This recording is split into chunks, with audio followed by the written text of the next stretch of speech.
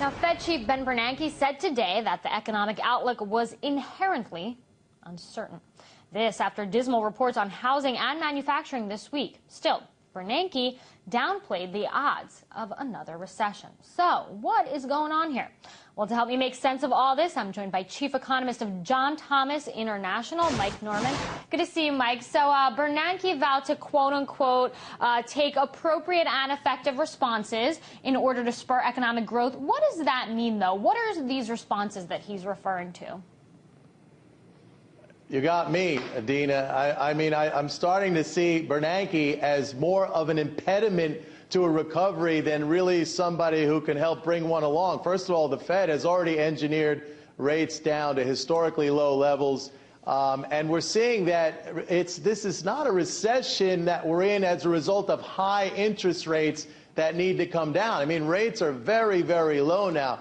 We're experiencing an acute shortage of demand. And low interest rates, and it should be apparent to him by now, are not stimulating any demand to lift the economy back up. But Bernanke said something in his statement today that was truly astonishing.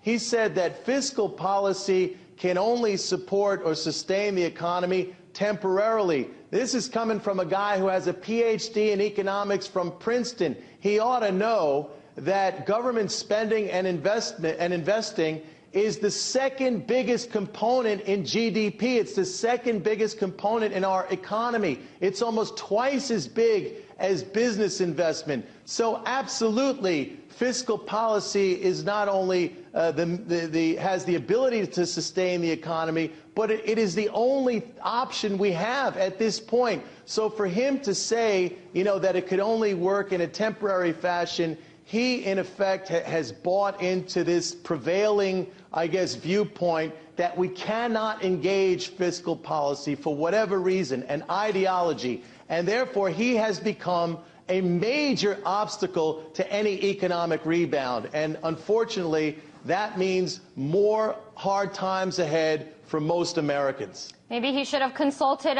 with you, Mike, before he gave that speech. Now, it's interesting because he actually spoke just hours after the Commerce Department downgraded its estimate of second quarter gross domestic product growth, which could indicate that the economy is close to slipping back into recession. So what gives here? If this is a recovery, Dina, this is a terrible recovery, because any recovery historically that we have seen off of a severe contraction, we would have been growing at 5 or 6% annualized rate. Now we're only growing at 1.6%. So clearly something needs to be done. And interest rate policy, monetary policy is not going to get the job done. And the longer we sit back and sort of hope and pray that the economy somehow manages to pull itself up off the floor through some rebound, like Bernanke said, you got to have a rebound in consumer spending and business investment.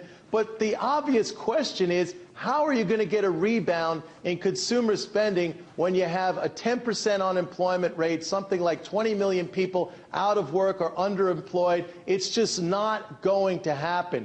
And, the policies that are being proposed now turn America into this export nation. If it ever occurs, that's years down the road, and it would require a very dramatic devaluation of the dollar, which effectively reduces our standard of living.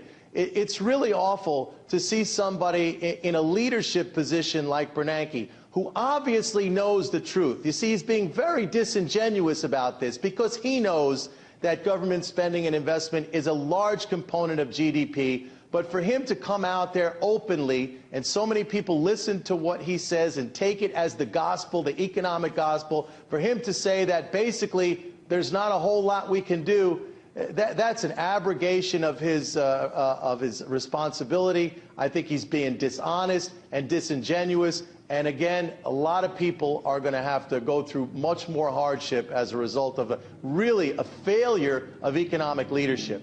Mike, before I let you go very briefly, let's talk a little bit about the Federal Reserve Board seeking to delay the court-ordered release of documents identifying banks that might have failed without the bailout, which, while it's actually considering an appeal to the U.S. Supreme Court. What is going on here? Very briefly, Mike.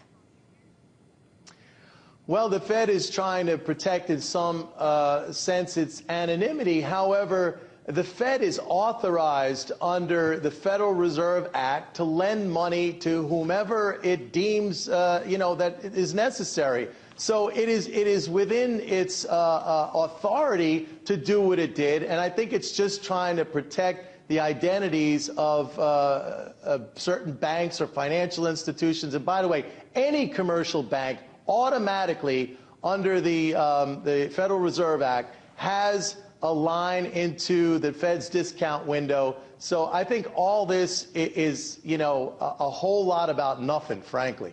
The word transparency comes to mind with question marks all around it. Mike Norman, Chief Economist at John Thomas Financial, thanks so much for your time today.